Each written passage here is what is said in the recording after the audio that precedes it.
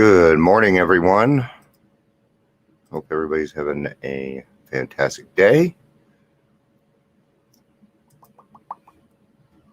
Today is Thursday, the 24th. It is Christmas Eve. And yeah, it's Christmas Eve, man. It already happened. It went by fast. So let's get started with some things here. Got some banners. If you're here, please say hello. Let me know that you come by. Say hi, whether you're watching the live version or the rewatch. Please say hi. I'll give you an idea of what we do here. We on this portion of the program is I do the daily reflection and usually complain about what's going on with me sometimes. So I read out things like day to time, daily reflection, stuff like that. So that was just me wasting time for people to get on. Good morning, Chris. Good to see you. So a couple weeks ago, Richard Marks, who is not a good friend of mine, although I've met him a couple times and filmed him and sang with him. Yeah, but, but I saw him with his coffee cup. I'm like, I gotta have this coffee cup because it's so cool. It's like, have a nice day, man. It's so cool. I love that. So,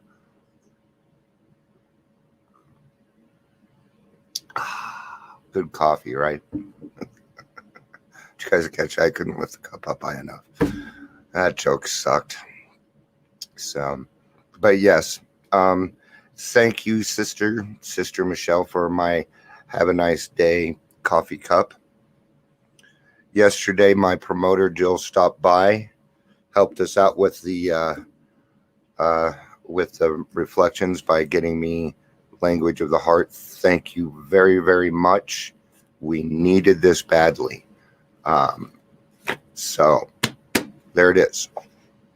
So we got some great things going on. The other day, I had written something about saying that I was giving up on some things, and I am. But I want you guys to know I'm not giving up on this, on my daily reflections, my podcasting. In fact, that's going to get bigger. That's why I'm getting rid of the other stuff. But something happened when I put that up, and I got a lot of phone calls, and I got some other things. If you guys, I don't know if you guys ever remember a band from the 90s. They were called the Timex Social Club, and they had this song. We're gonna go ahead and play it.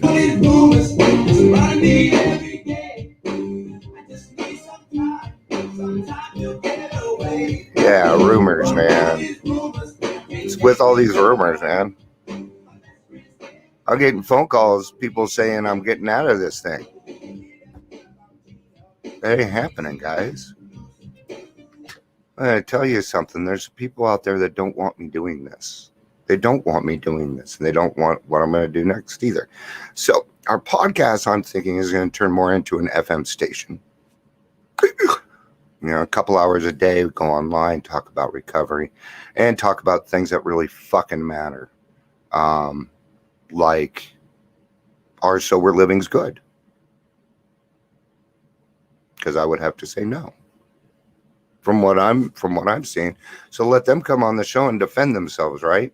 Why should we be the ones doing that portion? Right? But let's get to the daily reflection. We all don't want to hear about that other part, unless you're a recovery coach, then you care. But a lot of my people don't.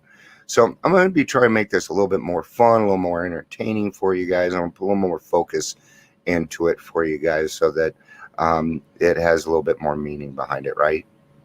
So, all right. A sane and happy usefulness. As soon as I read that, I was curious, and I had just woke up and I was curious, right? So we have come to believe he would like us to keep our heads in the clouds with him, but that our feet ought to be firmly planted on the earth. Now, when I think of that, when I hear that, I think of the pink cloud, right? right, Chris? We know about the pink cloud, the new people come in. So he's going to want us to keep, he's going to want us to keep our feet placed on the ground, because otherwise when that ends, it's going to hurt, man. You're going to fall on your face and you might go back out. So I believe it helps too. Yeah. So if you're having a pink cloud, enjoy the fuck out of it, man. Love it. Just know it's going to end. That's okay. And keep your feet firmly placed on the ground. All right. I like watching people go through pink clouds. But then you have your downers. Oh, it's got this will all end. Bring it with some lightness. Come on. Hey, that's probably going to end. Keep your feet on the ground. But in the meantime, have fucking fun, man. Do it. Yeah, but, you know, it's okay to give. I do this a lot with people. I know they're going through something and I know they want to do it. So I give them permission. Hey, you know what? Go ahead, do it. What? I can? Yeah. Go ahead. You can do that.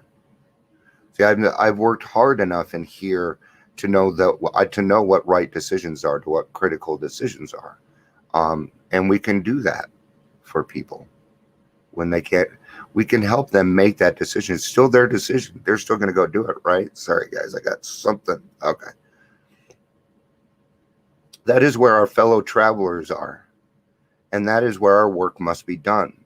These are the realities for us. We have found nothing incompatible between the powerful spiritual experience and a life of a sane and happy usefulness. And now I'd like to point something out on that. Okay. Right here. God, it must be an eyelash. All right. These pretty little eyelashes I have. I get that too. Oh, you have such pretty eyelashes. Oh, they're annoying as fuck. Right. These are where our fellow travelers are. You know, and that's why I really, really, really want to get into the ERs and start working there, because that's where our fellow travelers are. That's where everything begins. That's where it starts. And I love helping people at that point. I get a very big joy out of it. The cool thing is you probably never see him again. You hardly ever know what happens. Or you do run into them, but it's in a meeting, right? And you don't recognize them because they don't look the same anymore because they've been sober for 3 months. It's cool. It's cool shit, man. I'm telling you. Just the other day, and the shirt is still freaking sitting here. I gotta get it to her. Slade was having a hard time years ago, and I was wearing my Wookiee shirt. Here, I'll show it to you guys. Then my Wookiee shirt, right? You guys know who, and it's the different expressions of a Wookiee, right? How are you feeling as a Wookiee today, right? And I guess I was wearing that shirt, and she said, well, can you tell me what he's trying to say there? And I said, yes, I'll tell you if you come back tomorrow. And I guess she kept coming back because of that. I didn't know that. Okay. She just celebrated a year and brought it up in the meeting. And I'm like, I had to stop the camera because I started crying, man, out of joy, out of happiness. I cry enough. So right now it's starting to happen. Okay. So page 130 is where I'm at, the family afterward. I love the family afterward. I don't think we read enough out of it. Well, I don't have a family. You do have a family. Okay. One way or another. Maybe you weren't married, maybe you didn't have kids, but you still got family and people around you that give a fuck about you. So those of us who have spent much time in the world of spiritual make-believe, like me, and lived in Mr. Rogers' world there for a while, right? Hold that. I got something happening over here. I got old people stuff happening. All right. That's another 90s song, OPP. Except it used to, and it stood for other people's problems. So are you down with OPP? See, we used to do that a lot in the 80s and 90s. We're like, why the hell? We used to fight through music. It was pretty cool, man. Now I can't even understand half the words you're saying with the wow, wow, wow, yeah. This stream has, okay, Those of us who have spent much time in the world of spiritual make-believe have eventually seen the childishness of it. Right? I'm not getting what I want. The dream world has been replaced by a great sense of purpose, accompanied by a growing consciousness of the power of God in our lives. We have come to believe He would like us to keep our heads in the clouds with Him, but that we ought to keep our feet firmly planted on the earth. That is where our fellow travelers are. And that is where our work must be done. Yeah, see, our work isn't done up here. Okay? We might get our answers there and it feels nice, but you're going to find you're going to mark that. Okay.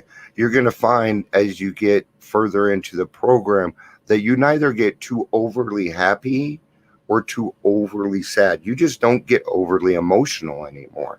It isn't that you don't feel happiness, it's that you feel joy, which is it's a different type of happiness. These are the realities for us. That is a reality. And just at the beginning of this, we were talking about living in a made-up world. But these are the realities for us. We have found nothing incompatible between a powerful spiritual experience and a life of sane and happy usefulness. Right? One more suggestion. There's always one more, isn't there? Whether family has spiritual convictions or not, they maybe do well to examine the principles by which the alcoholic member is trying to live. All right. So when I first got into the program, my wife started going to Al-Anon. Actually, she went to Al-Anon a little bit before I got sober. So it got before I recovered. Put it that way. During that time, my kids went to Alateen. Checked out some Alateen. They read this book. They found that Alateen wasn't really for them. But what they did is they got through their stuff that they needed to so that we could have a good relationship again. And also, then they don't know this. Shh. But a lot of these principles, they work in their lives. They don't even know that they're doing it. So, pretty cool, right? They can hardly fail to approve these simple principles, though the head of the household still fails somewhat in practicing them. Nothing will help the man who is off to a spiritual tangent so much as a wife who adopts a sane spiritual program, making a better practical use of it. Yeah, see, my wife and my kids were becoming an example in my family, and I had to follow suit, man, or I was gone. And that scared the fuck out of me. That scared me. There would be other profound changes in the household. Liquor incapacitated father for so many years that mother became the head of the house. She met these responsibilities gallantly. By force of circumstances, she was often obliged to treat father as a sick, wayward child. Even when he wanted to assert himself, he could not. We don't know how, guys. We haven't been taught. Okay? I don't feel like I really became a man until a few years ago because I did not know what it meant. Mother made all the plans and gave the directions. When sober, father usually obeyed. Thus, mother, through no fault of her own, became accustomed to wearing the family trousers. Father, coming suddenly to life again, often begins to assert himself. We're going to talk about that. This means trouble. It means a lot of trouble, guys. Unless the family watches for these tendencies in each other and comes to a friendly agreement about them. Okay. My sponsor, and Chris, you know my sponsor, Paul, drove this into my head.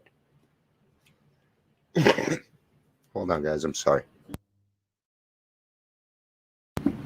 He said, Dion, the first thing that you're going to do is you're going to go home and you are going to give your wife a big hug and you're going to thank her. And I also had to learn, okay, that it was not my place to come in and start taking shit over. I had to ask permission. Right? I'm telling you, my sponsor took me through it, guys. Okay. I had to ask permission from my wife if I could do that. Now, if it was dishes or whatever, but if it was something that she usually does, Okay. Because I remember going through that. When my mom sobered up, I was used to taking care of the children. And then suddenly she comes in and wants to take care of them. I felt like they were mine. Okay. And I am certainly not putting down my mom. Chris knows that. No, never. But that's usually what happens. So if you're new in the program and you're like, okay, now I can do this, stay in your fucking lane. Okay. Not only that, but you don't know how to do this stuff yet. You're barely learning how to wipe your butt. So just give it time. It's all right. It's also okay to go to your significant other and say, hey, and be honest about it. I want to be able to help, but I don't know where without stepping on your toes. Try saying that. Watch what reaction you get. Probably get a big hug and kiss, man. Okay. But I'm big on this. Okay. And if you're not, well, I don't have a wife. If you don't have a wife, then I guarantee you're probably living with your mother. Okay. Or you're very close to her. So you better fucking be nice to her. I don't care what kind of person she is. You be nice to your mother. It's one of my requirements. All prayers and meditation in the world will not help me unless they are accompanied by action. Period, guys. Okay. God, can I have $40? I'm going to go take a nap now. Think that's going to work? No. Both things were wrong, right? How about, here's a good one. God, please keep me clean and sober today. I don't think I'm going to hit a meeting. I don't think I need a meeting today. Those kinds of thoughts. Okay. Once we have prayer and meditation, it is about resting on our butts. Then we go to work. Then we go do what we need to do. For me, this would be coming on, doing my daily reflection, getting my day going, seeing that things are happening. But I got to have some movement going first thing, or I could be lazy all frickin' day. Practicing the principles in all my affairs shows me the care of God, shows me the care that God takes in all parts of my life. God appears in my world when I move aside and allow him to step into it. Oh man, did I clear a space for him? You know I did.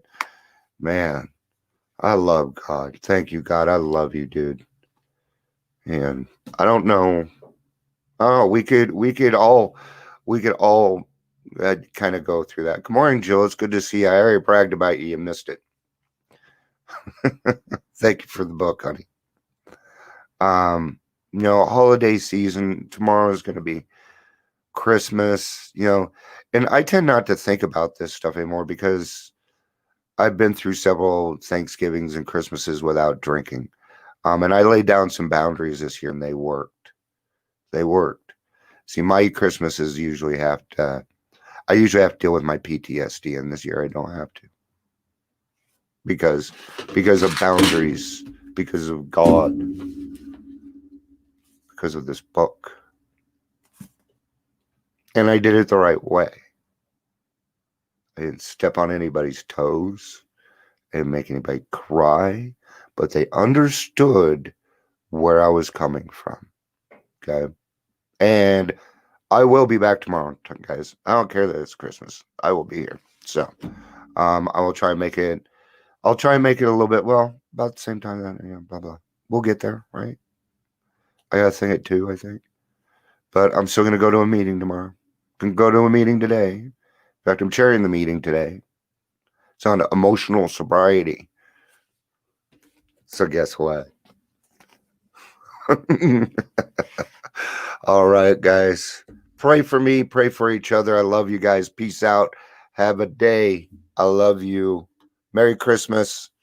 Merry Christmas. Happy Hanukkah. Whichever way you say it, good on you guys. I love you. Bye.